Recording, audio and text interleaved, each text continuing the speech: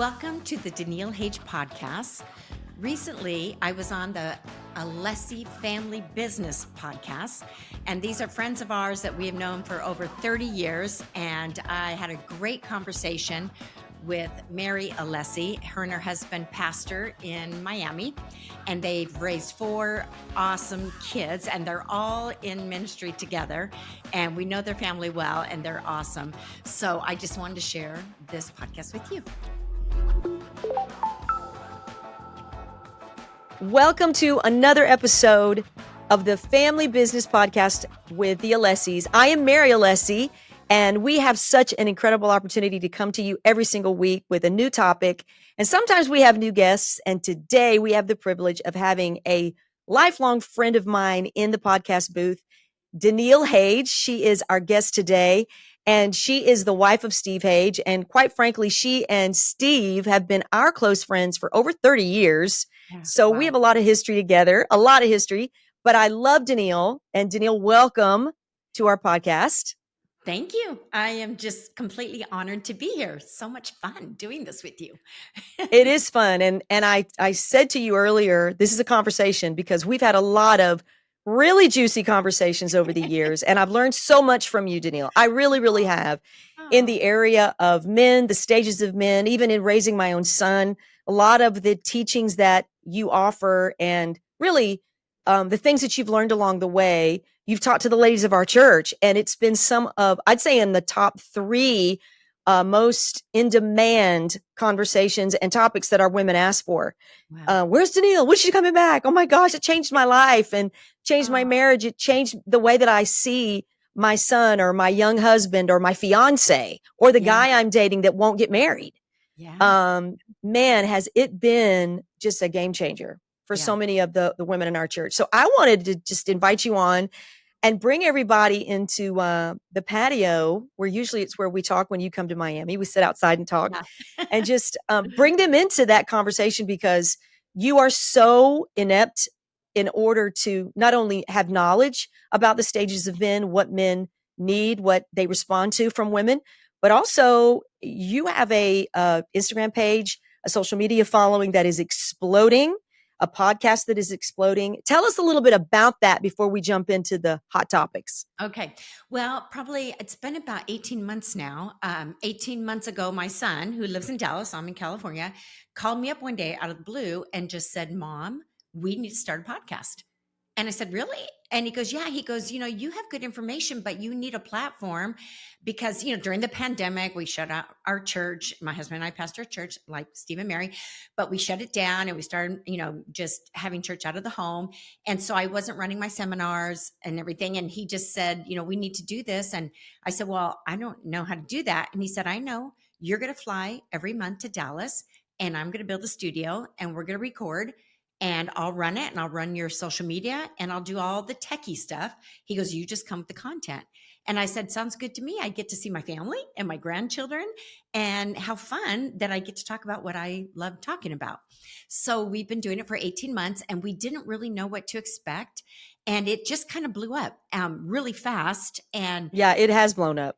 It surprised all of us. But what we realize is that everybody wants to learn about relationships. Everybody wants to make their relationships good. Everybody wants long-lasting love. Everybody wants to stay married and not divorced. That's right. Most people anyway. And I think people are just interested in learning what they don't know to keep a marriage together. And my husband and I mean, we don't have a perfect marriage, but we just celebrated 44 years and we are happy. We're happily married. Yes. We're married by the skin of our teeth, but we actually still like each other. And so yeah. So I feel like I have a lot of experience in, just being married. And we've raised 3 adult children. I have 6 grandkids. And we're just in a new phase, a new chapter of our lives, but having a blast. Well, it's so incredibly cool to watch what's happening with your following exploding. And I know you have a lot of men that follow you. We talked about this. We were together recently and you have a lot of men that follow you. And we know we're in a dry season, I think, for men in the area of their confidence and their security and who they are and the role that they play, because our culture is so anti-men. Right. Um, and then we have, I don't know if you saw recently the high statistic of it's the highest it's ever been of single people that they're Yeah. just staying single. Right. Right. And but anyway, we're going to get into that, why that is, what's going on. I want to pick your brain, but I want to tell you something that I don't think I've ever said out loud, and I've never said it. And Alan, our producer's in the room, he's a man. Get over it. You'll be fine. Okay? Because I'm just going to say what I'm going to say. All right? I'm going to say it because I know it's going to help a lot of the young wives out there. It's going to help a lot of the women who've been married. But in the area of sex, okay, within the confines of marriage, Mhm. I just want you to know that over the years, you have helped me in ways. I mean, it's not like we've sat around and talked a whole lot about it, but Yeah. because you have been relaxed about it, you've had a very healthy approach to married sex and what needs to happen in the bedroom. It's really allowed me as a stuffy pastor's wife, which you can talk about, what you can't talk about, Right. relax in that area. And it's made things better between me and Steve over the years. Because Oh, the truth is, the reality is, nobody wants to talk about it. right. It's Right. uncomfortable, but it's the one thing that couples need to get on the same page about, Yeah. And especially in the church, for some reason, people think sex is taboo. especially. Yeah. Right. And it's dirty and nasty. And that's exactly what the devil wants us to believe about sex, That's which right. it's a beautiful gift from God. But Yeah. yes, anything good from God, of course, the enemy and the world wants to pervert and make dirty and nasty. But sex That's right. in and of itself is a beautiful gift from God if you use it Right. right in the context of marriage where it's safe. Yeah. Okay. So, That's right. and I grew up in a household where we didn't talk about sex. So I knew I could never ask questions because I thought I'd be in trouble if my parents knew I was even interested in knowing anything about sex, which is very, it's as little kids, you hear things that other kids are saying and you do have questions. It's a curious topic. But if That's nobody's right. willing to talk to you about it, no adult, then you're going to learn from kids. And what the heck do Yeah. kids know? So when Zero. right, and I had to Zero. learn from my friends, and I didn't learn the right things. So Right. when Steve and I had children, I said, I want our kids to be able to come to us and not be afraid to talk to us about anything and everything. I That's want right. to create an environment in our home where it's safe and they're not in trouble. They're not going to be judged or punished because they have a question about Right. real life things about their bodies, how their bodies work, how we were created and designed to work, and especially when it comes to sex. And so we just created that environment. So we've always talked very openly and very freely about it with our kids. As they became teenagers, we didn't tell them what they didn't need to know. We told them Yeah. what they needed to know at the stage that they were at, which was what was appropriate for their stage. And what I Right. learned was you only answer questions that they ask. You don't have to go Yeah. into too much detail because they're children. You answer Yeah. the questions they ask and you answer them truthfully. And then if they want more details, as they get older, let them ask. So That's you right. just give Yeah. them, spoon feed them what is age appropriate, basically. I So I love think that. our And kids grew up with a y- healthy view on sex. yeah, absolutely. And I will say, based on our conversations over the years, we really adopted that as well. That, my mom and dad believed, and I think it was the church believed it too, that if you talked about it to your kids, it was going to make them want to go do it. Right. Well, the Right. opposite was true. We didn't know Yeah. what we were doing. Don't let your Right. kids fall into that. And I Yeah. know this isn't just the podcast to talk about sex. We're going to talk about a few things, but I didn't want to miss out on an opportunity to say that because we definitely need to hit that topic more. And I'll tell you why. We still have young women that are now in their 30s and they never really dated and they're virgins, Yeah. but here's another hot topic. Even in the Christian world, they more and more are turning to pornography. And then Yep. there's a lot of shame with that. And then the introduction to sex is through the lens of pornography, not just for young men, but for young women. And then that young girl that's into pornography because she's a virgin, she's never had a boyfriend, which is at an all time high, Danielle. She Wow. thinks she's the only one. She doesn't realize it's across the board a big problem these Right. days, even with young women. So, I want to kind of champion the cause of taking that shame away from it. Not that that's something that I don't think anybody feels good if they spend too much time watching pornography. You don't. It leads Right. you down the wrong road. It sets you up for lies Yeah. and Or disaster. secrecy, which Yes. yeah, which is Yeah. not what sex is. It's a Right. partnership. It's with the person you love. But Right. anyway, that is one of the things I wanted to just quickly touch on from helping our listeners understand that they are not alone in this area, Right. that even you and I over the years, you've helped me be more open in this area to Mm. give a healthy balance to our kids and even quite frankly myself, Mm. that it's okay. You're not going to die and go to hell if you talk about healthy sex. Right. It's and you guess what? Most men are thrilled to know that their Yes. wives are talking about it. Yes. Especially talking about it with them. Yeah. They Especially they love that topic. Men love the um topic of sex. they do. It's certainly not something that I've never had Steve go, what do you mean? What are you talking about that for? Don't talk about that. He'll go, wait, what did you learn? What'd you talk Yeah. about? Yeah. What Yeah. what are you thinking? Yeah. And the truth is they're a little bit more healthy towards, I think women just hide it. There's a lot more fear. There's a lot more misnomers about sex for Yeah. women. There's a lot more shame in it. Yes. Um so we definitely, even on our podcast, we want to dive into that subject more, Steve and I, Yeah. because we see a huge need Yeah. for that, Yeah. to address the area of what healthy sex is and what you should not be ashamed of. Right. And like you said, talking about it to your kids when it's age appropriate and Right. let them ask questions. And Right. I don't think I ever told you this, but Stephanie and Rochelle both got married within 4 months of each other.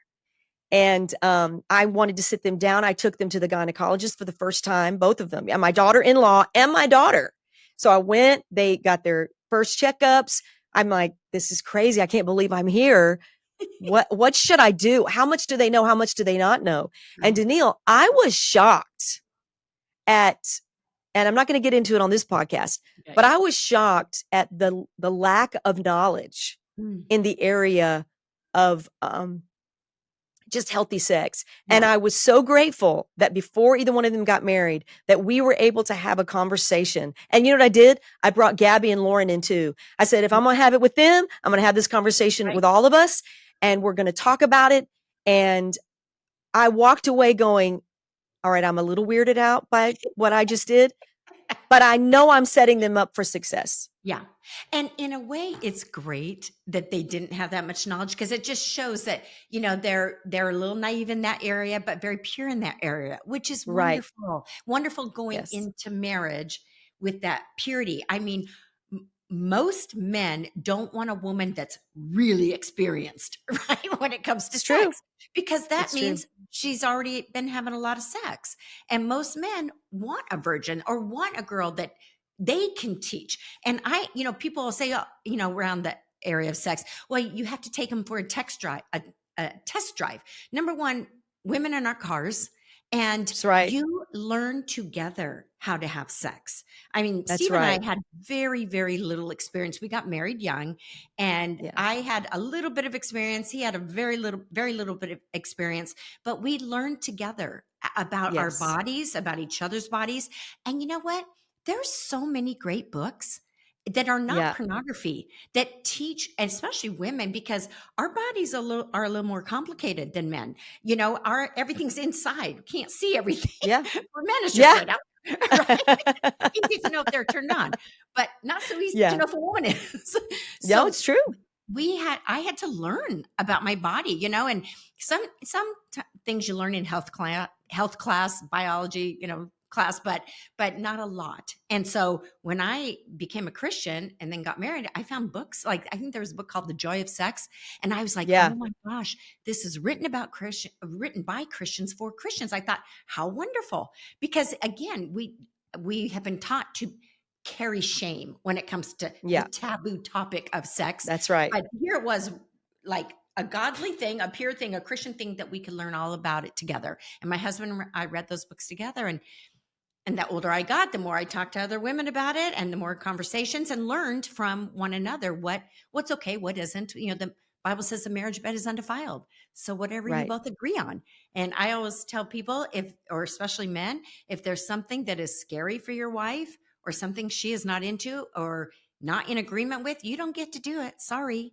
Right. And Right. anyway, we could go on and on. I don't know if that how Yeah. much you want to get into that, Well, but anyway. I it's definitely a hot topic. Yeah, It's definitely something that women need to hear at any yeah, age and every age. But yeah, I like that last comment you made. I think that is definitely a confusion in marriages. Like what does that mean the marriage bed is undefiled? And you yeah. answered that well.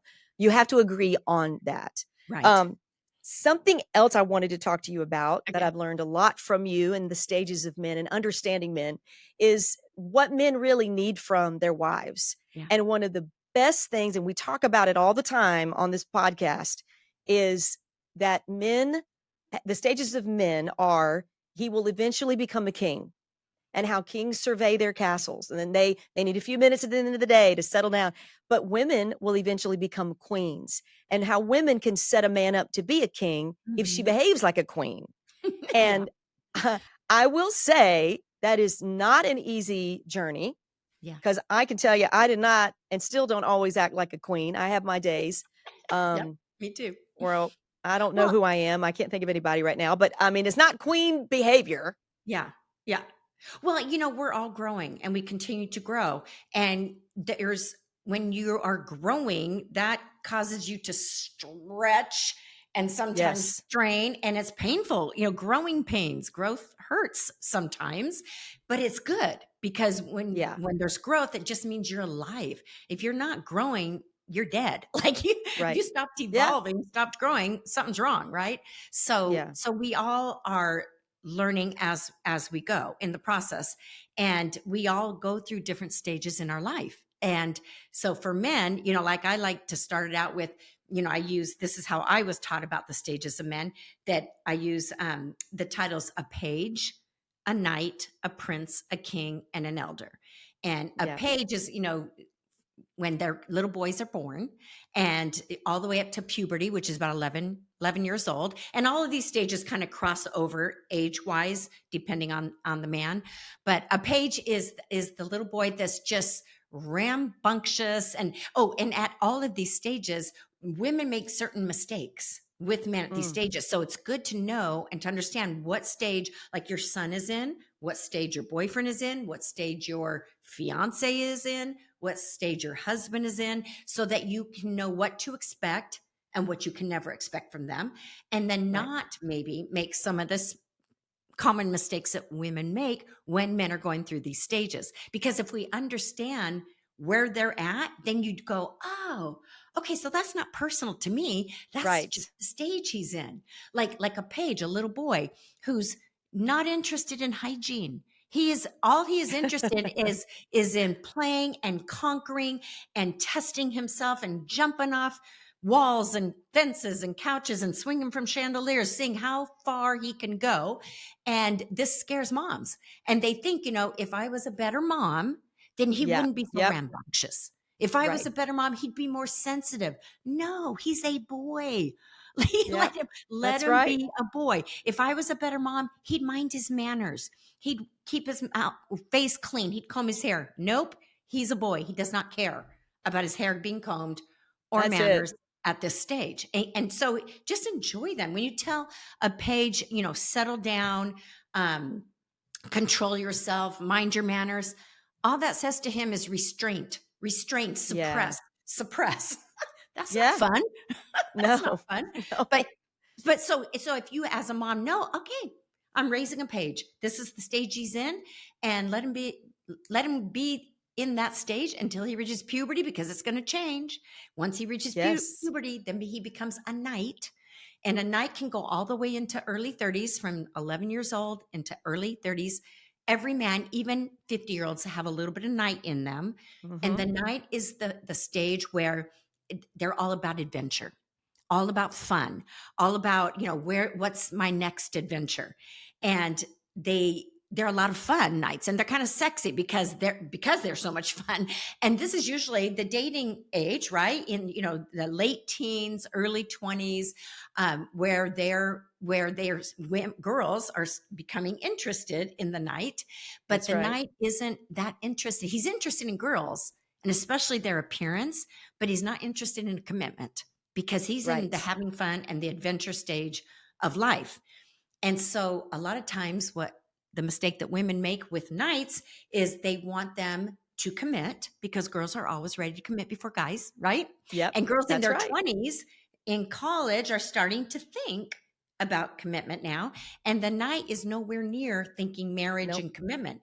And so he'll date a girl that's fun, that he has fun with, that will go on adventures with him, but he's not thinking commitment. And so Mm-mm. girls in their 20s just need to be aware that if you're dating a night, you're going to have fun, but don't be trying to pin him down.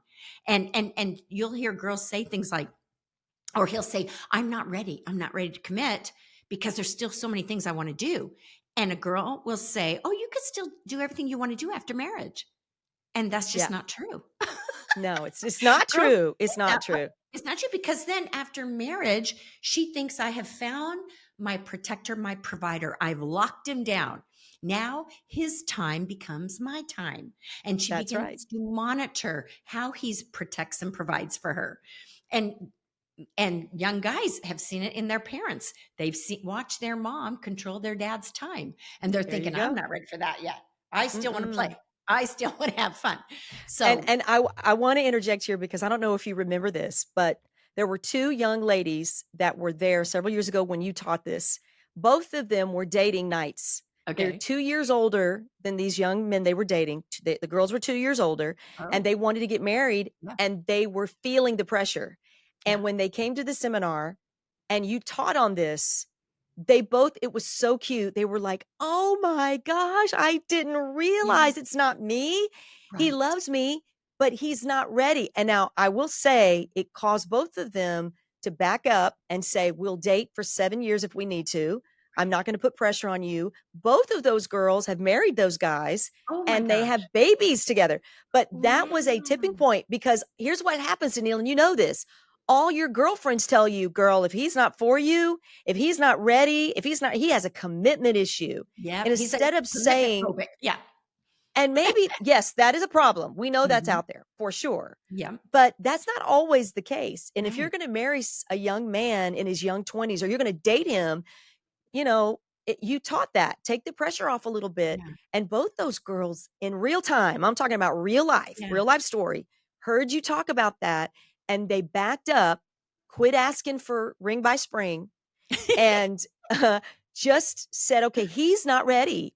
But when he is, I want it to be me. Right. And it worked. Yeah. Well, It and they worked. had the choice. They could either say, okay, then I'm not waiting around until he gets ready. I'm going to date another guy, or I'm going to support him Yes, in getting everything done that he wants to do. that's And right. maybe it was that they needed to have a solid job, or maybe they needed their degree, or maybe whatever their reasons for. Like I always tell women, if he's, for a man, regardless of how he feels about you, his readiness is a state of mind. And so you can ask him the question, what is it that you need to be in place for you to be ready for a Mm. marriage commitment? And Oh, then that's a great question. keep your mouth shut and listen. Listen to what he says. And if Yeah. he starts listing things, you get to decide, can I support him in that? And if you can't, if you feel like, oh no, it's going to take 7 more years, I'm not waiting around. Yeah. Okay. You don't have You get to to. decide. That's You right. don't have to wait. But a lot of times, guys will say, this is the one I want, but the time is wrong. And Yeah. so sadly, they'll let the girl go and she'll walk away Yes. and they'll be sad about it because like she's the one, but the timing's wrong. And sadly, a lot of girls will marry because the time is right, but it's not the right guy. Uh, Oh, well, this guy wants to so marry me now. true. And he's not really the one I'm in love with, but he wants to marry me now. And that's not good either. And that's why I No. think sometimes down the road, 2 years later, you go, I didn't even like this person, but the time was right because my biological clock was ticking, Yes. right? And I put So it myself does, under this pressure. yes, it requires That's some right. patience. And the best thing for those girls is they realized it wasn't personal to them. those two Yeah. girls, that the guys weren't ready. And that's what girls, they take a hit to their self-esteem when a guy says, I'm Yes. not ready. They think there's something Yes. wrong with me. And it's not that, it's just the timing. It's the timing. So, It's the timing, and they don't yeah, know how to communicate with a right, knight. right. And what do they know? Exactly. They're trying to even figure themselves out. So then Right. moving along this stages of men, the next Yep. after knight is Becomes the prince. the So, and the prince. prince phase hits, and again, it can be anywhere in their mid 20s into their 30s. There's some men that are late bloomers, and the prince stage, they're in the prince stage when they have decided where they want to build their castle. Where, like, Yes. okay, this is what I decided. I want to go to school. I want to be a doctor, or I want to be an Mhm. astronaut, or I want to be a plumber, or I want to be a school teacher, whatever it is. So once they've decided, okay, this is where I'm headed. And here's the thing for women to know too: if a man doesn't know where he's going, he doesn't know what kind of partner to take with him. Are Mm. you going to be the right Wow. support, the right companion? Something that is very attractive is a man with a plan, a man who Yep. knows where he's headed. He has a pretty good idea of his purpose, his passion in life, and then he will know what kind of companion he needs to take with him. So for girls, just know if he doesn't know where he's going, he hasn't quite decided what he wants to do in life, where he wants to build his kingdom, let him figure that out. And once he decides, okay, now I got it. Here's the direction I'm going. Then he starts in on that conquest. And for a woman, a lot of times, even if he's dating, because he might be dating you during that time, but he has to be pretty certain where he's headed. And she might think, well, how long are we just going to date? When's it going to pop the question? Remember, a man isn't going to take on anything that he knows he can't be good at. So right Mm. now he's dating. He can be a nice date, but even going to boyfriend title might scare him. Sure. Excuse me, because boyfriend title carries a whole new set of rules. Right Yeah. now I got to call her this many times a week. I got to spend this much time with her. I got to take her on this many dates. Or going from boyfriend title to fiance. That's a whole new set of standards and regulations. So he Yeah. might not be ready for that. So you don't want to be that pushy girl that's trying to pin him down. Let him figure Yeah. it out. You'll respect him more in the long run if he's able to go at his own pace and figure himself out and where he's headed and what God's got for him in his life. So you'll Yeah. know he's a prince once he figures that out. And then the prince stage is long. Okay. So I always divide it into early prince, middle prince, late prince. So he's going now, he's decided his direction.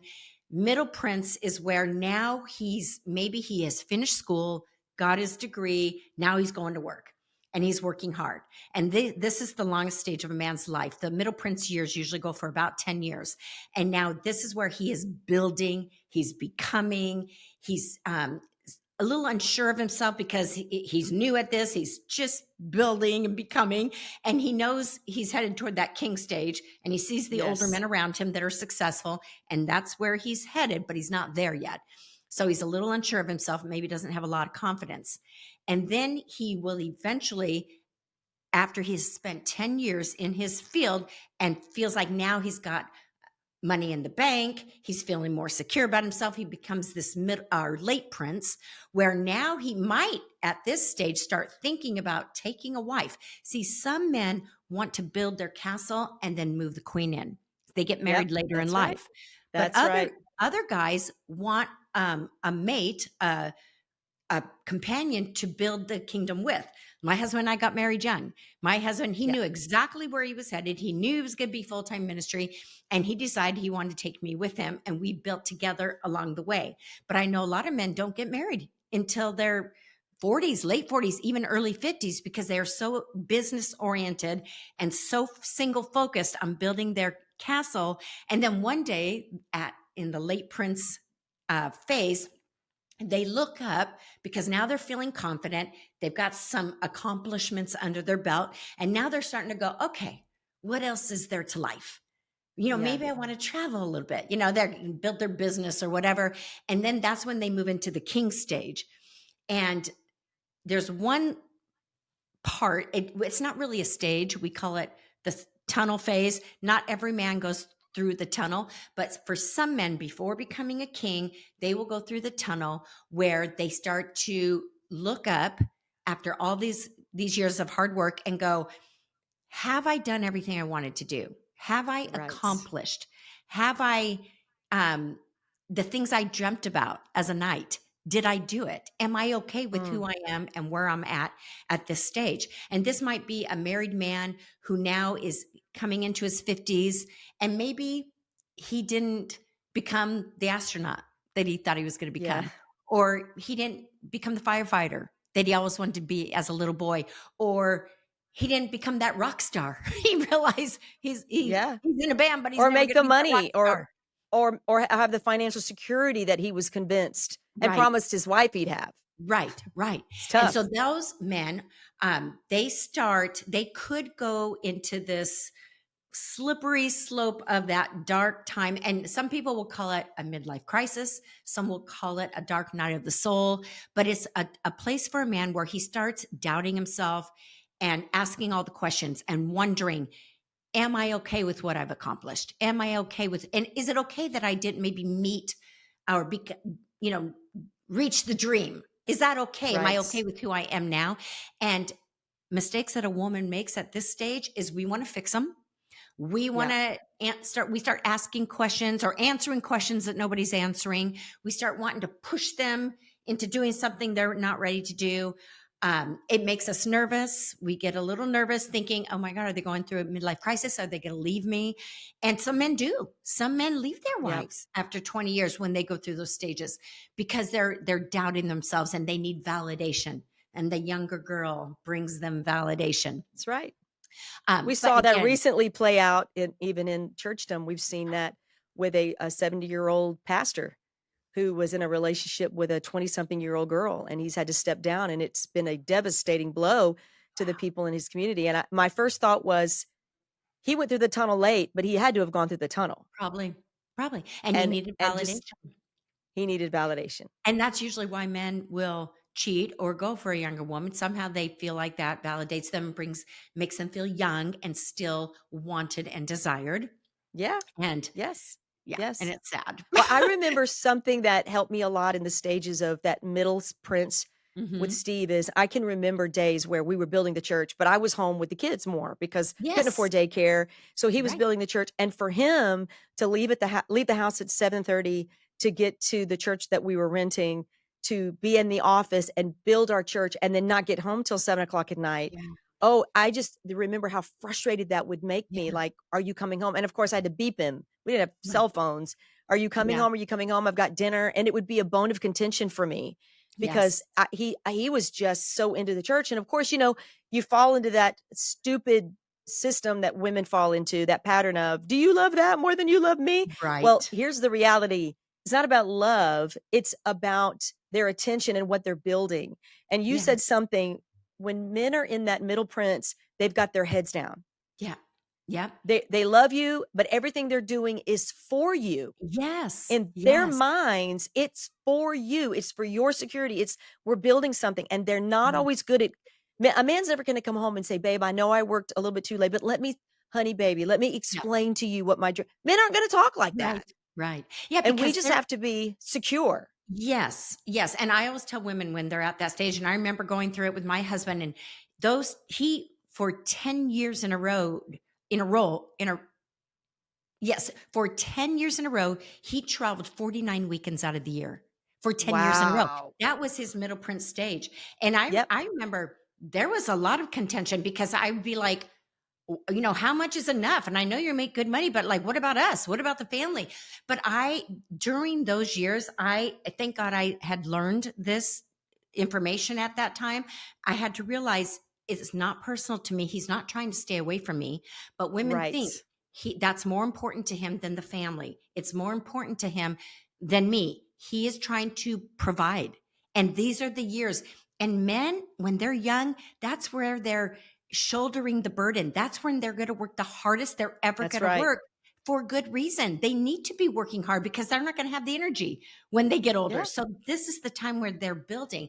And the best thing a woman can do is ask him, what does me supporting you look like during this time? I want to be a support because that woman, he's going to want to come home to her. Oh, But if he comes you home better to the believe it. griping, naggy, critical, unhappy woman, he's going to find reasons to stay at the office. He doesn't want That's to come right. home to that. He's out there Nope. fighting a battle. He doesn't want to come home and fight another battle. But if you can No. make home a place of peace and comfort and nurturing, which is what he craves after fighting that battle, he's going to love being home. So, and I had to learn that, and it was hard. Those were hard Yes. years. Yes. And I remember, Yes. and I would go with him every now and then. I'd send the kids one by one just to keep that connection. And he was more than happy to take them when he could, but he couldn't always. And more than happy to take me with him when he could. And I remember one time we're on a plane, and I thought, this is my moment. This is where I'm going to bring out the list of all the things that aren't working. And I remember him looking at me, and he said, I am never bringing you with me again. And I Mm. just stopped and I went, but I thought, he can't get away. We're on a plane.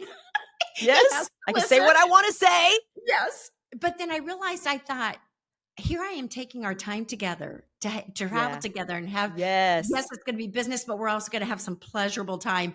And I'm going to wreck it by telling him everything that's wrong.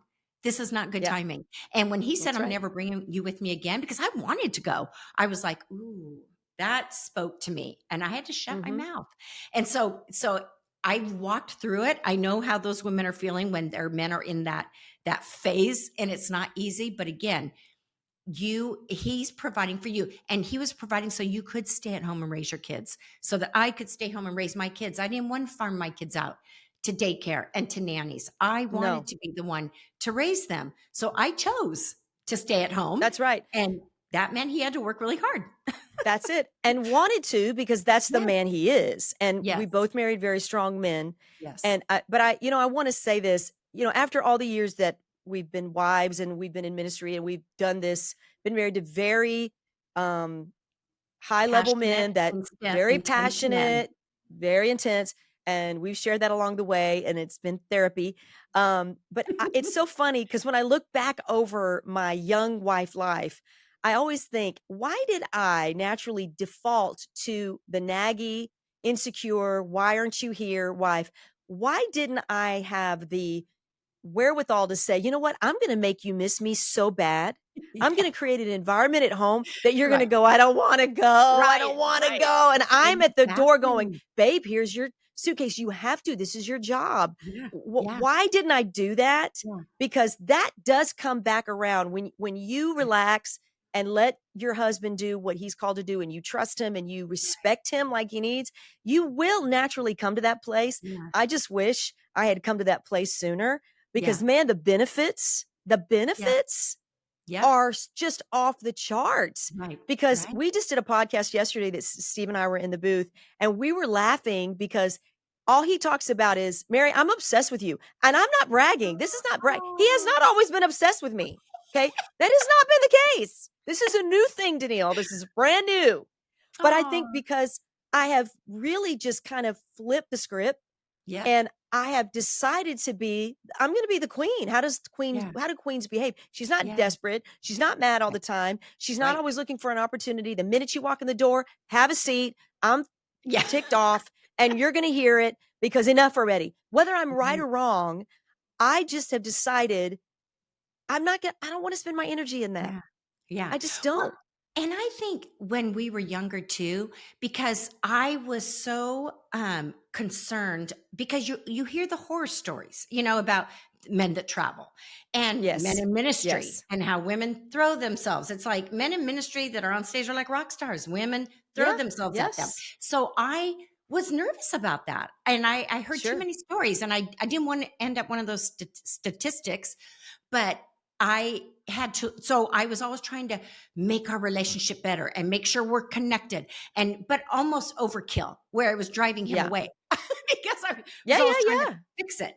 And I remember having to just take a step back and relax. And I think that comes as we grow and become more confident in the women that we are, and realize Right. that I don't always, we kind of look at men a lot of times, and we look at them as our to-do list. It's like the feminine energy in us is to enhance, to beautify, to fix up, to support.